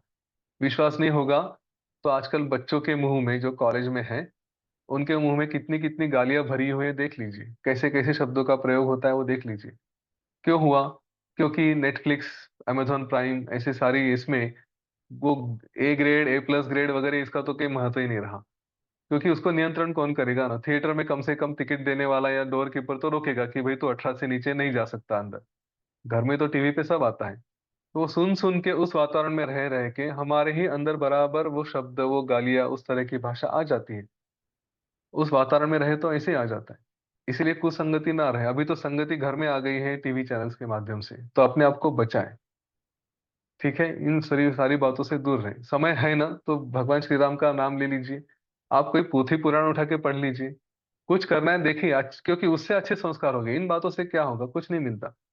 जीवन में कभी ऐसा समय आएगा कि जब बहुत पछतावा होगा कि अरे समय था, लेकिन मैंने ऐसे ही गँवा गया। आगे जाके वशिष्ठ ऋषि ने एक बहुत सुंदर बात कही थी। उन्होंने कहा है कि हे लोगों, आप हर क्षण मृत्यु की तरफ दौड़ रहे हो, इस बात का ध्यान रहे। तो ये छोटा-सा जीवन जो प्राप्त है, इसमें हर क्षण में करना है तो सत्संग करें, अच्छे कार्य करें। फालतू बातों में अपना जीवन ना गँवाएँ। एक-एक सेकंड अब हमारे लिए महत्वपूर्ण होता है, एक-एक क्षण हमारे लिए महत्वपूर्ण है। तो इस वातावरण में रहें, सारांश ये है। स्वयं ज्ञाता श्रुता वापि भ्रांति शांतैक सौख्यदा आप्रेक्ष्य वर्णिता सद्यो यथा स्वर्ग तरंगिणी। हाँ, कैसे जैसे स्वयं दर्शन करके जानी गई और दूसरे के मुख से सुनी गई श्री गंगा जी विविध योनियों में भ्रमण के हेतु पाप और ताप को शांति द्वारा शीघ्र सुखप्रद होती है। गंगा जी का दर्शन किया या उनका नाम लिया तो भी हमें सुख मिल जाता है। वैसे ही मतलब किसी ने गंगा जी का नाम लिया तो भी हमें शांति मिलती है। हमारे सामने आए किसी ने श्री राम कह दिया तो हमें भी अच्छा लगता है, पुण्य मिलता है, उसको भी मिलता है। स्वयं कहे या किसी और से सुने। वैसे ही इस ग्रंथ के बारे में वशिष्ठ ने कहा है कि स्वर्ग का भी सुख देने वाली या ऐसी जो ये वाणी है, ये हमने अपने मुख से कहें या खुद पढ़ें या किसी और के द्वारा सुने, यह हमारे अज्ञान का विनाश तुरंत कर देती है। ये एकदम सुखकारक होती है। युक्ति ही युक्ति युक्तार्थ वाक्यानि कल्पितानि पृथक-पृथक दृष्टांत सार सुक्तानि चा अस्याम प्रकरणानि षट्। अब कह रहे हैं कि इसमें 6 प्रकरण हैं। कौन से प्रकरण हैं उसका वर्णन किया है। वैराग्याख्यम प्रकरणम प्रथमम परिकीर्तितम विरागो वर्धते येन सेके नैव मरौ तरुः। उसमें पहला प्रकरण वैराग्य कहा है। वैराग्य प्रकरण का विशेष क्या है कि जैसे निर्जल स्थान में भी जल से अगर दिया जाए तो वहां पे वृक्ष बढ़ता है, वैसे ही वैराग्य प्रकरण से वैराग्य बढ़ता है। मैं आशा करता हूँ कि हमने वैराग्य प्रकरण सुना तो हमें थोड़ा बहुत तो वैराग्य आया ही होगा। हाँ, और वो भी सात्विक वैराग्य। ये नहीं कि चिड़चिड़ापन आ गया सब कुछ छोड़ के बैठ गया, ऐसा नहीं है। वैराग्य प्रकरण क्या है? 1,500 श्लोकों से युक्त वैराग्य प्रकरण में आ, यहाँ पे इसका निरूपण किया गया है। जिसका विचार करने पर विषयों में दोष होने का ज्ञान होने से हृदय में ऐसी शुद्धता प्राप्त होती है, जैसे कि मणि को हम कहीं चढ़ाते हो तो उससे स्वच्छता उत्पन्न होती है। वैराग्य से हृदय में शुद्धता आती है, ऐसा उन्होंने कहा है। बाकी सारे प्रकरणों का उन्होंने यहाँ पे वर्णन किया है, हम सारांश में उसको देखेंगे। वैराग्य प्रकरण के बाद आता है मुमुक्ष व्यवहार, जो हम अभी देख रहे हैं। इस मुमुक्ष व्यवहार प्रकरण की रचना की गई, इसमें 1,000 श्लोक है। इसमें मुमुक्षु पुरुषों का स्वभाव कैसे हो इसका वर्णन है। जिन्हें मोक्ष चाहिए उनका बर्ताव कैसे होना चाहिए, उनका स्वभाव कैसे हो, इसका वर्णन किया गया है। उसके बाद अनेक प्रकार के दृष्टांत और अनेक कहानियों से, जिसको हम यहाँ पे आख्यायिका कहते हैं, उससे भरा हुआ उत्पत्ति प्रकरण है। उत्पत्ति प्रकरण में 7,000 श्लोक है। तो सबसे पहले वैराग्य प्रकरण, इसमें 1,500 श्लोक है, 1,500। मुमुक्ष व्यवहार में कितने हैं? 1,000 श्लोक है। उसके बाद उत्पत्ति प्रकरण है। उत्पत्ति प्रकरण में करीब करीब 7,000 श्लोक है। उत्पत्ति प्रकरण का फल भी बताया गया है। उत्पत्ति प्रकरण पढ़ने पर ये सारा जो निर्माण दिख रहा है ना हमारे आजू बाजू में, यहाँ से लेके आकाश तक, वह सब झूठ है, वह सब भ्रम है, सब स्वप्नमय है, ऐसी धारणा पक्की हो जाती है। ऑफ कोर्स इसको बार बार पढ़ना पड़ता है, तो यह विश्वास हो जाएगा कि जो भी है सब भ्रम है, फिर आदमी फंसता ही नहीं। बीवी ने चाय नहीं दी तो भी ठीक है, स्वप्न ही है। चाय भी स्वप्न है, पत्नी भी स्वप्न है, मैं भी स्वप्न हूं, फिर किस बात का दुख हो? परिवार में कुछ उथल पुथल हो रही है, ये सब स्वप्न है। ऐसे कई जगह होती रहती है। इसमें कई बातें इतनी सुंदर आई हैं, उत्पत्ति प्रकरण सच में बहुत सुंदर है। शुरुआती कहानी से हो जाएगी इसकी, हम देखेंगे कल अगले इसमें। तो सब कुछ स्वप्न ही लगने लगता है, आदमी किसी में फंसता ही नहीं, उलझता ही नहीं है। फिर इस तरह की धारणा होने के बाद मन में सब जो शांति होनी चाहिए वो अपने आप आ जाती। सब कुछ स्वप्न है कहा तो अपने आप वैराग्य आ गया। ये उल्टा भी हो जाता है। अगर वैराग्य पूरा नहीं है, पक्का नहीं है, तो इस धारणा से सब भ्रम है, इतने ब्रह्मांड है, ये सारी बातें सुन के भी अपने आप वैराग्य होता है। योग वशिष्ठ की विशेषता यह है कि एक बार कह दिया और छोड़ दिया, ऐसे नहीं है। बार बार गोल गोल गोल गोल घुमा के घुमा के घुमा के हमको क्या कहूंगा, उसमें से एकदम सारी बातों का सार फिर से फिर से फिर से फिर से दिया जाता है। तो उत्पत्ति प्रकरण उस दृष्टि से बड़ा सुंदर है। उसके बाद चौथा प्रकरण है स्थिति प्रकरण। 3,000 श्लोक वाले इस प्रकरण में प्रपंच और वो प्रकरण, प्रपंच का कारण जो है तत्व, जिसको हम ब्रह्म कहते हैं, उसके बारे में वर्णन किया है। और उसमें भी कई सारी कथाएं हैं। देखिए, जिस तरह से ये प्रवास जा रहा है ना, पहले तो विवेक आना चाहिए। विवेक के बाद वैराग्य आता है। जैसे विवेक आता है अपने आप से वैराग्य आता है। विवेक कैसे आए? तो यहाँ पे उत्तर दिया था, साधु लोगों के साथ रहो। तो हम है, सत्य क्या है असत्य क्या है इसका विवेक होना शुरू हो गया, तो फिर जो श्री राम जी को वैराग्य आया था वैसा वैराग्य हमें भी आता है। स्मशान वैराग्य जैसा नहीं है कि शमशान में किसी को छोड़ने के लिए चले गए और काफी देर हो गई, भूख लग गई, प्यास लग गई, तो फिर कहते कि चल जाने से पहले थोड़ा चाय पी लेते हैं या कुछ समोसा वमोसा खा लेते हैं। थोड़ी देर तक देखा है हमने, शमशान में गए, उधर राह देख रहे, वहां पे भी क्यों लगा रहता है। तो वेट कर रहे क्या करना क्या नहीं करना। फिर इधर बातें शुरू हो जाती है, आज शेयर मार्केट कितना ऊपर गया, इलेक्शन के रिजल्ट क्या आ रहे हैं, वो जो पड़ा है वो पड़ा है, उसका कोई किसी को लेना देना नहीं है। और उसके रिश्तेदार थोड़े बहुत उधर राह देख रहे, बाकी लोग अपनी बातों में आ जाते हैं। हाँ, जाते जाते वहां पे पहुंचने के बाद तुरंत थोड़ी देर वैराग्य होता है कि यार जीवन तो ऐसे ही है, अच्छा था, थोड़ी देर अच्छा जी लेता, ये कर लेता वो कर लेता, सारा वैराग्य उधर आ जाता है। पर वो क्षणिक रहता है। थोड़ी देर बाद में फिर से दुनिया में हम चले जाते हैं। विवेक का वैराग्य कायम रहता है। तो विवेक जगाए, उससे आता है वैराग्य। फिर वैराग्य आने के बाद अब तो जीना छोड़ना नहीं है, अब तो हमें मोक्ष की अपेक्षा होगी, तो कैसे मोक्ष प्राप्त करें? तो फिर मुमुक्षु व्यवहार, कि मोक्ष वालों का व्यवहार कैसे हो, उसका वर्णन किया गया है। उसके बाद फिर बताया गया है कि अभी अगर जानना चाहते हो तो सबसे पहले देखो ये निर्माण कैसे हुआ, ये दुनिया आई कैसे। फिर होता है उत्पत्ति प्रकरण, कि अरे ये देखो इस तरह से निर्माण होता है। तो अब निर्माण हुआ तो टिका कैसे, ये बन के कैसे रहा, अपने आप से कैसे चलता है, इसीलिए उसका वर्णन है स्थिति प्रकरण में। अब इसे छूटना तो है, ये ऐसे के ऐसे बना तो नहीं रहेगा, तो इसकी शांति कैसे की जाए, इसको, हमारे दृश्य को जो देख रहे हैं इसको हमारे मन से कैसे निकाला जाए, इसके लिए फिर है उपशम प्रकरण। उपशम प्रकरण के बाद फिर आता है वैराग्य प्रकरण, फिर आता है निर्वाण प्रकरण। उपशम में सारे दृश्य की शांति हो गई, सब कुछ शांत हो गया, मन में सब कुछ जो चल विचल थी वो सब निकल गई। उसके बाद आखिरी अवस्था में पहुंचाने का कार्य करता है वो निर्वाण प्रकरण। तो यहाँ पे 5,000 श्लोकों से विरचित परम पवित्र विविध युक्तियों से युक्त ऐसा है उपशांति प्रकरण, या उसको उपशम प्रकरण कहा गया है। इसके सुनने पर यह संसार जीवन मुक्ति क्रम से क्षीण होता जाता है और अंशतः ही छोटा सा बच जाता है। उपशम प्रकरण ये हमारी दृष्टि से ध्यान से भरा पड़ा है। तो हम जब योग वशिष्ठ में वहां तक जाएंगे, वैसे भी बीच बीच में हम थोड़े थोड़े ध्यान करते रहेंगे। उपशम प्रकरण तक पहुंचते पहुंचते उसमें तो बहुत सारे ध्यान आते हैं, हर छोटी छोटी कहानी और उसके साथ ध्यान, इस तरह से वो चलता रहेगा। 5,000 श्लोकों वाला ये उपशम प्रकरण है। उसके बाद निर्वाण का छठा प्रकरण है। निर्वाण के प्रकरण में 14,500 श्लोक है, क्योंकि पूरा बाकी उसी में, निर्वाण में भी पूर्वार्ध और उत्तरार्ध ऐसे दो प्रकरण कहे गए हैं, लेकिन टोटल उसमें 14,500 श्लोक है। तो अगर एक दृष्टि से देखें तो 32,000 में से 17,500 ये पहले 5 प्रकरण है, और निर्वाण प्रकरण छठा अकेला ही 14,500 श्लोक, मतलब करीब करीब आधा है, इतना बड़ा है वो।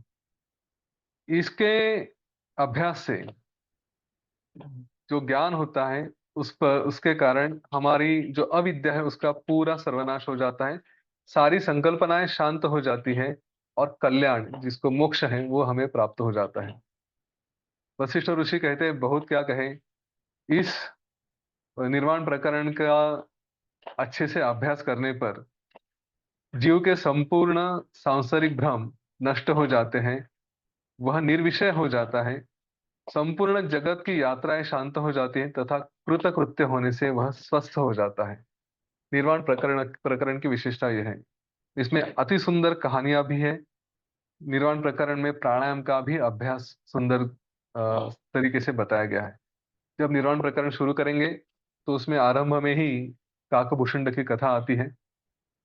जिस तरह से प्राणायाम का वर्णन किया गया है, जिस तरह से उसको बताया गया है कि ऐसे प्राणायाम करो वैसे प्राणायाम करो, तो उसके जो मंत्र हमें मिल जाते हैं, कुछ बताया गया है, कुछ अपने आप से अभ्यास से बार बार से आते हैं, उसका भी प्रयोग किया तो भी अपने आप में शांति आती है। आज अ, जाने से पहले उसका एक मंत्र आपको दे दूंगा, अगर भूल गया तो मुझे बता दीजिए। इस पूरे ग्रंथ के बारे में बताते हुए वशिष्ठ ऋषि कहते हैं कि हे रघुवंश तिलक, हे श्री राम जी, इन 6 प्रकरणों के अभ्यास से यह सारा आत्मज्ञान प्राप्त हो जाता है। अनेक शाखाओं के भेद से विभिन्न अनेक श्रुतियों के विद्यमान रहते, उन्हें छोड़कर अगर प्रश्न आता है कि अलग अलग शाखाएं हैं, यहाँ पे सब कुछ अलग अलग तरह का ज्ञान है, तो उनको छोड़कर इसका अभ्यास क्यों किया जाए, इसको क्यों कहते कि ये परम ज्ञान देने वाला है। अगर किसी के मन में ऐसा प्रश्न है, तो वशिष्ठ ऋषि ने कहा कि जो युक्ति द्वारा, मतलब जो हमें समझ में आता है, ऐसे अगर कोई मिलता है तो उसका हम आसानी से स्वीकार कर सकते हैं। श्रुतियां हैं, अलग अलग पुराण है, ग्रंथ है, लेकिन वहां पे युक्ति नहीं है। तो इसलिए काफी लोगों को समझने में अगर मुश्किल है, डिफिकल्टी है, तो उसमें यह ज्ञान ये आपको सर्व सुख दे सकता है, आसानी से समझ में आ सकता है। अगर कोई छोटा बच्चा भी युक्तिपूर्ण समझने जैसा ज्ञान हमें दे तो उसे ले लेना चाहिए। और जहाँ पे युक्ति नहीं है, जहाँ पे यह ज्ञान ठीक से नहीं दिया जा रहा, अगर वो ब्रह्मा ने भी दिया तो भी उसको घास के पत्ते जैसा समझकर छोड़ देना चाहिए। अब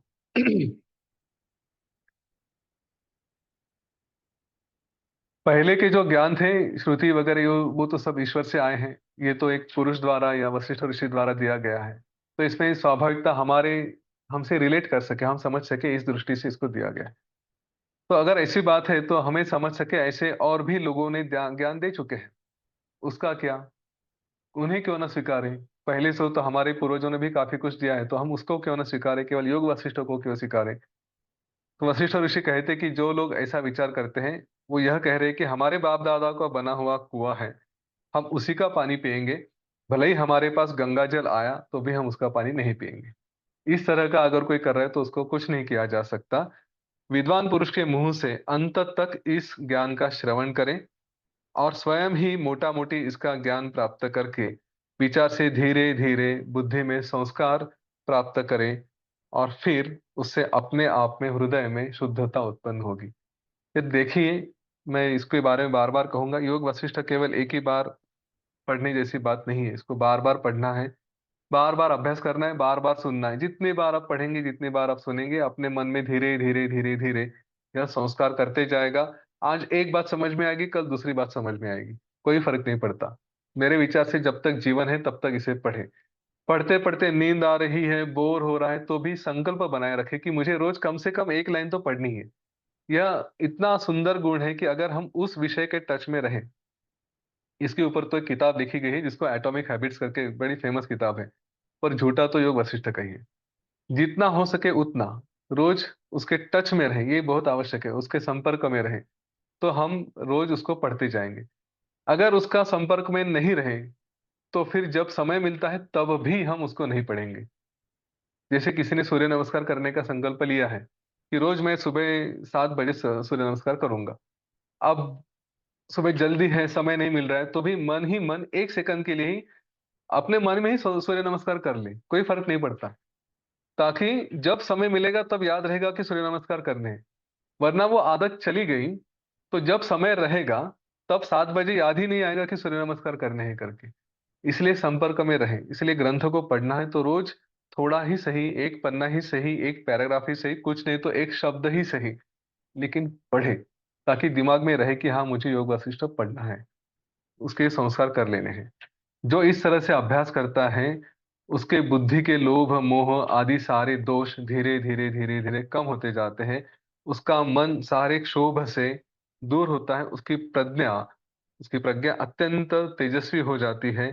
इस ग्रंथ का विचार करते करने वाले पुरुष के हृदय में समुद्र सी गंभीरता आती है, मेरु पर्वत सी निश्चलता आती है, और चंद्रमा जैसी शीतलता उसके मन में आती है। सारे सांसारिक जितने भी भीषण भय है वो उसको छू नहीं सकते, उसके दूर हो सकते हैं। इसकी जीवन मुक्ति यह अच्छी बन जाती है, स्ट्रांग हो जाती है, जिसका कोई वाणी से वर्णन नहीं किया जा सकता। साथ ही साथ इसका अभ्यास करते करते दूसरों का द्वेष वगैरह करने वाली, जो हमारे मुख को अशुद्धता लेकर आती है, ऐसी कुटिल अश्लील वचनता, जो गंदी बात है, वो हमारे यहाँ से निवृत्त हो जाती है, वो नहीं रहती। मानसिक व्यथाएं भी उस व्यक्ति को विचलित नहीं कर सकती। इतना सुंदर वर्णन वशिष्ठ ऋषि ने इस ग्रंथ के बारे में कहा है। जो कुछ मिल गया उससे निर्वाह करने वाला वह सर्वसाधारण लोगों को तरह, जो इस मार्ग पे चलते हैं, साधारण लोगों के जैसा दिखता है। उसको अच्छा बुरा जो भी प्राप्त होता है उसका वही स्वीकार कर लेता है। उसके जो इसे अभ्यास करना चाहते हैं स्वयं जान नहीं सकता, उसे किसी पंडित के मुख से सुनना चाहिए। इसके सुनने विचार करने से और जानने से मनुष्य को मोक्ष प्राप्ति के लिए फिर बाकी कुछ करने की आवश्यकता नहीं होती। इसका गलत अर्थ मत लीजिए।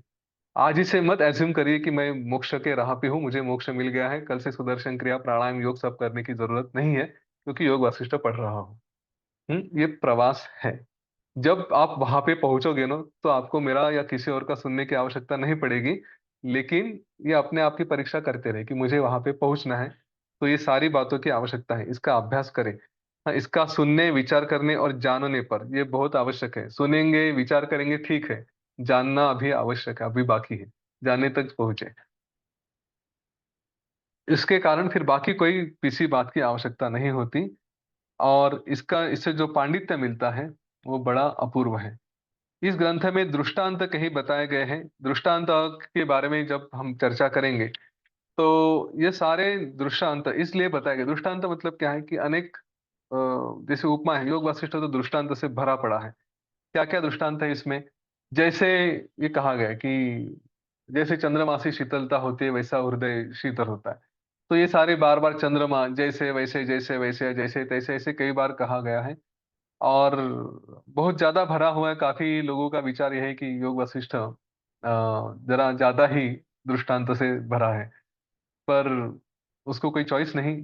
जिन्होंने ये सब रचना की है उन्होंने इसकी सुंदरता बनाकर रखने के लिए दृष्टांत दिए गए, कथाएं भी भरी गई है। तो इसका अंत तक स्वयं से अभ्यास करते रहना चाहिए। इसके बारे में वशिष्ठ ऋषि ने बार बार जोर देकर कहा है कि श्री राम जी, जब तक आप उस अवस्था में नहीं पहुंचते, इसका अभ्यास करते रहें, इसी मार्ग पे चलते रहें। यहाँ पे हमारा मुमुक्ष व्यवहार प्रकरण समाप्त होता है दृष्टांत के बारे में कहने के बाद। और इसके बाद हम उत्पत्ति प्रकरण देखेंगे, जिसे हम सोमवार को देखेंगे। शनिवार रविवार तो हम विश्राम ले रहे हैं ना। कल शनिवार है मेरे विचार से, हाँ। तो यहाँ पे अभी रुकते हैं। कुछ प्रश्न हैं, कुछ बातें करनी है तो अवश्य करें। नहीं तो सोमवार को मिलेंगे ही मिलेंगे। ज्यादा से ज्यादा लोगों को आप बता रहे हैं कि नहीं बता रहे हैं, साधु मार्ग पे आप चल रहे हैं। तो काफी लोग हैं जिन्हें उनका साध्य प्राप्त कराना है। तो इन 2 दिनों में ये कार्य अवश्य करें कि जितने लोगों को हो सके उन्हें फोन करके बताएं कि अरे आ जाइए। हाँ, अच्छी अच्छी बातें हैं, जीवन बदल जाएगा। यहाँ पे जिन्होंने बार बार सुना है, बीना जी है, शलाका जी है, सब लोग बताएंगे। इसको पढ़ने सुनने से तो जीवन तो एकदम बदल जाता है। और जीवन में प्राप्त क्या करना है, मैंने पहले ही दिन बताया था, सुख के लिए हम यहाँ पे जन्म लिए हैं। उसके लिए ये सबसे अच्छा टूल है, सबसे अच्छी दवाई है। और फिर अगर ये दवाई ली ना तो जीवन में कोई और मानसिक दवाई लेने की आवश्यकता नहीं पड़ती, ऐसा मेरा विचार है। शारीरिक दवाई हो सकती है इधर उधर की, लेकिन मानसिक दवाई लेने का कारण नहीं पड़ेगा। यहाँ पे रुकते हैं और फिर मिलेंगे। जय गुरुदेव, जय श्री राम। जय गुरुदेव, वेल सेड भैया। हम सबको पता है, मतलब हम जो इतने सालों से पढ़ रहे हैं ना, तो कितना भी मतलब परिस्थिति कैसी भी हो, मनस्थिति नहीं बदलती। मतलब मनस्थिति पे कोई परिणाम नहीं होता। ये तो हम अनुभव कर ही रहे हैं, कितना सुंदर ज्ञान है। हम आज 100 लोग हैं। आपको कैसे लग रहा है ये नॉलेज? सही में हमारा जीवन बदलेगा। बहुत बढ़िया लग रहा है ना? यस। तो और भी लोगों को यहाँ पे लाइए। भैया, कल हमने देखा कि क्षमा और विचार, और आज हमने देखा संतोष और साधु संग। तो इतना धनवान बनाया है गुरुदेव ने और आपने इस नॉलेज से। तो बहुत ही अच्छा लग रहा है कि क्षमा, संतोष, विचार और सत्संगति।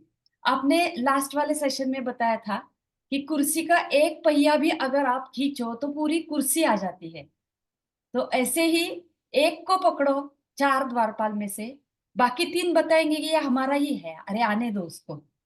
तो इतना बढ़िया, इतना सुप्रीम नॉलेज, और थोड़ा सा मतलब तत्व ज्ञान बहुत गहरा है, लेकिन आप बहुत सिंपल बता रहे हो। इसीलिए gratitude towards you. Thank you so much भैया, बहुत बहुत थैंक सबकी तरफ से थैंक यू। और 3 क्वेश्चंस आए हैं मोबाइल हाँ, पे। एक यहाँ पे प्रश्न है, वो देख लेते हैं फिर हम। ठीक, ठीक, 1 बाय 1 ये में प्रश्न आप। पूछा गया है कि श्री राम जिसको मुक्ति मिल जाती है वो जीवन की किसी घटना से उसके ऊपर कोई परिणाम नहीं होता। और फिर यहाँ पे कहानी ऐसी है कि भगवान श्री राम रावण से जीत नहीं पा रहे थे तो थोड़ा उदास हो गए थे। और फिर उन्हें आकर अगस्ती ऋषि ने आदित्य हृदय स्तोत्र की अ, देन दी थी। और उसके फिर उच्चारण से, उसके अभ्यास से फिर उन्हें रावण पर वो विजय पा सके। तो श्री राम जी को ऐसे उदासीनता क्यों आ गई? क्यों नहीं ऐसे उस पे अपने आप ही विजय पा सके? तो ये ना मानव, श्री राम जी ने जो भी कार्य किया वो देखने के लिए तो अलग बात थी। हाँ, उनकी सकारात्मक बातें भी देखे। माता सीता का अपहरण होने के बाद भी वो तो ऐसे दिखाया गया कि इतने पागल जैसे हो गए थे ना, पेड़ों को पूछ रहे थे, पंछियों को पूछ रहे थे कि मेरी सीता को कहीं देखा क्या, मेरी सीता को कहीं देखा क्या। वह भी उदाहरण है कि उस अवस्था में वो थे। कुछ बातें करने के लिए, कुछ बातें होने के लिए, कुछ इन्हें अवतार लेने पड़ते हैं, ऐसे कार्य करने पड़ते हैं। आदित्य हृदय स्तोत्र आना चाहिए था, इसलिए शायद उन्होंने ऐसा दिखाया होगा, ये खेल किया होगा। वरना अ, उन्हें कोई हिला सके ऐसी तो कोई बात थी नहीं। भ्राता लक्ष्मण उनके जब बेहोश हो गए शक्ति लगने की वजह से, तो फिर उनकी अवस्था कैसी दिखाई गई है? तो क्या हम ये कहें कि वो मुक्त नहीं थे या फिर वो ज्ञानी नहीं थे, अपने भाई के शोक में इतना डूब गए थे? ऐसी अवस्था नहीं थी। इसी भाई को जब त्याग करने का समय आया अंत में, वो कहानी अगर आपको पता नहीं तो मुझे याद दिला दीजिए, हम सोमवार को सुनेंगे उसको। तो उस समय तो उन्होंने बोल दिया कि अभी तुम्हें देहांत ये लेना है, शिक्षा भुगतनी है, तो तुम्हें जाना पड़ेगा। तो दुख था, लेकिन उस समय इतना दुख नहीं था। अभी किसी की शत्रु के कारण बेहोश पड़े हैं तो बहुत दुखी हो गए, और दूसरे समय बोल रहे कि नहीं अभी जाओ तुम्हारा काम हो गया। है ना? वो अवस्था में कुछ होता है दिखाने के लिए, करने के लिए, और उसका कुछ कारण नहीं है। अच्छा, आप और कुछ पूछने वाली थी? हाँ, 3 क्वेश्चन है, मैं वन बाय वन बताऊँ या तीनों हाँ एक हाँ, नहीं एक एक एक साथ? पूछ। एक एक पूछू ना। एक क्वेश्चन है कि अगर मेरी बेटी, कल विचार का सेशन हुआ ना हमारा, अगर मेरी बेटी की शादी नहीं हो रही है तो मैं एक माँ के तौर पर उसकी शादी के बारे में सोचती रहूंगी, क्या ये गलत है? नहीं है। प्रयत्न करें। विचार मतलब क्यों नहीं हो रहा है ऐसा विचार करने के बदले कैसे हो सकता है उसके बारे में विचार करें। हाँ, निगेटिविटी नहीं आनी चाहिए। हाँ, आप एक मंत्र बताने वाले थे। हाँ, वो बताता हूँ। हाँ, वो बाद में। सेकंड क्वेश्चन है, how to do right thinking about self realisation as most of the time we have materialistic thoughts. ये संस्कार का परिणाम है, इसको बार बार सुनते रहे अपने आप आएगा। इसी में योग वशिष्ठ में ही कहा गया है कि शनै शनै, उन्होंने कहा है स्लोली, धीरे धीरे धीरे धीरे इसका असर बढ़ता जाएगा। क्योंकि स्पिरिचुअलिटी इज नॉट, मतलब क्रैश कोर्स नहीं है कि आज किया, आज पढ़ा और कल रिजल्ट आ गए। तो हम पे, और इसमें ये मजा है कि हमारे ऊपर ही काम करना है हमें। जी। तीसरा क्वेश्चन है, परिवार में ऐसे व्यक्ति के लिए अच्छे विचार कैसे करें जो हमेशा हमारा अपमान करता है और हमारे बारे में दूसरों के साथ बुरा बोलता है? तो उसके बारे में क्या पूछ रहे हैं? क्या उसके विचार बारे करें? में हम अच्छे विचार कैसे करें, अगर हम क्षमा संतोष विचार सत्संगति अच्छे अच्छे सीख रहे हैं, लेकिन वो व्यक्ति तो हमें, हमारा हमेशा अपमान करता है और हमारे बारे में सबके पास बुरा बोलता है, तो ये बिहेवियर को कैसे टैकल करें? हाँ, उन्होंने पूछा है कि उसके बारे में अच्छा विचार कैसे करें। हाँ, अच्छा विचार कैसे? देखिए, ये बड़ा गहरा रहस्य है। रहस्य यह है कि हम जो भी विचार करते हैं ना, वो हमारे शरीर पे परिणाम करता है, हमारे मन पे परिणाम करता है, हमारे संस्कारों पे परिणाम करता है, या हमारे ऊपर संस्कार करता है। बुरे विचार करेंगे तो शरीर खराब होगा। ये ये तय है। मतलब जो भी बीमारियां आती है उसका कारण हमारे विचारों के कारण, हमारे मन के कारण होते हैं। योग वासिष्ठ में तो इसमें कई बातें भर भर के बताई गई है, वो तो हम करेंगे ही। तो ये बात ध्यान में रखें कि आपके पास दोनों चॉइस है। उसके बारे में बुरा विचार करके अपना शरीर खराब करें, उससे अपना मन भी खराब करें, अपने ऊपर गलत संस्कार कर लें। यह शरीर तो खत्म हो जाएगा, मन के संस्कार आपको अगले जन्म में भी बिगाड़ के रखेंगे। हम्म। तो ये आदमी तो चला जाएगा। ओके, अगले जन्म में आएगा कि नहीं आएगा पता नहीं, पर संस्कार करके आप अपने आप को बिगाड़ रहे हैं, एक जन्म के नहीं, नहीं कई जन्मों के लिए। तो ये चॉइस है। अच्छे विचार करके अच्छे पुण्य कमा लो दूसरों के ऊपर। वैसे भी जो कहा है दया क्षमा शांति, ये सब बातें बताई गई हैं, तो उसका उपयोग करो। हाँ, आपको लड़ना है, आपको उसके लिए कुछ इलाज करना है, कुछ करना है, तो वो करिए, उसके लिए कोई समस्या नहीं, लेकिन विचार से शांति में रहे। कभी आपका पैसा किसी के पास पड़ा है और वो पैसा नहीं दे रहा है, तो उसको गाली गलौज करना ये एक चॉइस है। दूसरी बात, उसको मन में इतना आशीर्वाद देते रहे कि भाई उसके पास पैसे का भंडार आ जाए कि जिसके कारण वो मेरा पैसा दे दे। उसका परिणाम क्या होगा वो बात अलग है। ठीक है, पैसा देगा कि नहीं देगा, उसको पैसा मिलेगा कि नहीं मिलेगा, लेकिन आपका मन, आपका शरीर सुदृढ़ रहेगा, इस बात का भरोसा रखें। यस भैया, अंदर ही अंदर विचार करने वाला तो एसिड रखने जैसा है, मतलब एक बार बोलने एग्जैक्ट। वाला व्यक्ति तो भूल जाएगा कि मैंने क्या बोला, बोल दिया मैंने जो मन में था, लेकिन अंदर ही अंदर विचार करने से चीजें बिगड़ जाती है। और एक क्वेश्चन है, अगर टाइम है तो, how to increase the gap between the reaction and response so that we can take right action based on response and not by giving immediate reaction. सतत विचार और अभ्यास। हाँ, इसका उत्तर एक ही है कि ये अभ्यास करना पड़ेगा। जैसे एक गांव का छोरा मिलिट्री में जाके सोल्जर बनने जाता है, तो उसका वहां पे जाने से पहले का बिहेवियर और 2 साल के ट्रेनिंग के बाद का बिहेवियर काफी फर्क पड़ता है। तो इस बात का विश्वास रहे कि जिस तरह से संस्कार होते जाएंगे उस तरह से हमें बदलाव आते जाएगा। बस उस बात पे अभ्यास करना है। अच्छा, किसी ने कहा पूछा है कि क्या हम स्टोरीज कवर करने वाले हैं? हाँ, योग वासिष्ठ के पूरे कहानियां, योग वासिष्ठ की सारे चैप्टर्स, और जहां तक हो सके छोटी छोटी सारी बातें हम कवर करेंगे। जहाँ पे बहुत रिपीटिशन है वो हम नहीं कवर करेंगे, लेकिन अभी तक मैंने जितना हो सके सब कवर किया। अभी तक कोई कहानी ऐसे आई नहीं थी। ठीक है। हाँ, मंत्र के बारे में पूछ रहे हैं। देखिए, मंत्र आपका जो भी चहेता मंत्र है, ओम नमः शिवाय है, श्री राम जय राम है, दिगंबरा दिगंबरा है, या ओम गंग गणपते नमः है, जो भी आपका मंत्र है, उस मंत्र को 2 भाग में आप उसको विभागिए, उसका 2 भाग करिए। एक भाग हम श्वास लेते लेते कहें, दूसरा भाग श्वास छोड़ते छोड़ते कहें। जब भी आजू बाजू में कुछ चल रहा है, ठीक है, मतलब पिताजी डांट रहे हैं, पत्नी डांट रही है, पति डांट रहा है, जो भी है, तो स्माइल नहीं देना है। ओके, मतलब उनको अपेक्षा है कि ये आदमी सुन रहा है, गुस्से में उसका असर हो रहा है तो करे। अंदर ही अंदर ओम नमः शिवाय, श्री राम जय जय राम, बस इस तरह से अपने मंत्र को पकड़े रहें। हाँ, वैसे भी आप कुछ कर नहीं सकते उस सिचुएशन में, या जो भी कुछ हो रहा है, अपने आप को स्थिर करें। खाना पका रहे हैं, मन में कुछ इधर उधर के विचार आ रहे हैं, तुरंत अपने श्वास पे ध्यान लेके जाए। अंदर जाने वाली श्वास आधा मंत्र, बाहर जाने वाली श्वास बाकी का आधा मंत्र करके देखें, और देखिए उसका परिणाम क्या होता है, चित्त की शांति क्या होती है, उसका सुख क्या होता है, आपको तुरंत अनुभव में आ जाएगा। सारी दुनिया शून्य हो जाती है, हम अपने आप में आनंद में आ जाते हैं। बस परिस्थिति देख के चेहरे पे स्माइल लाना है कि नहीं लाना है उसका विचार करो, नहीं तो फंस जाओगे। मेरा खुद का अनुभव है भैया, लास्ट टाइम आपने बताया था ना, तो मैं जितनी रिएक्ट होती थी उसका मतलब 70% कम हो गया है, क्योंकि डाइवर्ट भी हो जाता है और उसका जी इंटेंसिटी नहीं अनुभव आता कि क्या जी हो रहा है बाहर।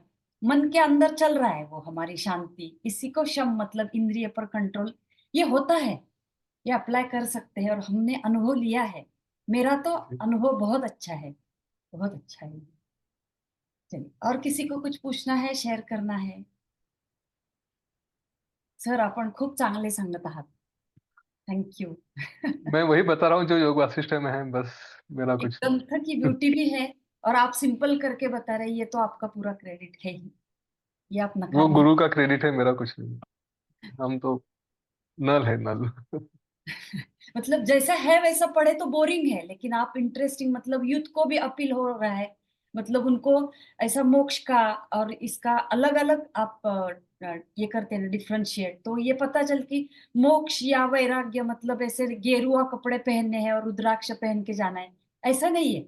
आप अभी इसी के सिचुएशन में बता रहे हैं कि आप कॉलेज स्टूडेंट हो ऐसे अप्लाई करें, आप गृहिणी हो ऐसे अप्लाई करें, आपका एज कोई भी हो, आप इससे मुक्त हो सकते हैं, आपके जीवन के सब समस्या या स्ट्रेस। तो ये बहुत बढ़िया है। Thank you thank sir. You. रुकते हैं। जय गुरुदेव। जय रुकेंगे, प्रार्थना से हम लिखते हैं। लोका समस्ता सुखिनो भवन्तु, लोका समस्ता सुखिनो भवन्तु, लोका समस्ता सुखिनो भवन्तु। ओम शांति शांति शांति ही। सकलमंगलं भवतु।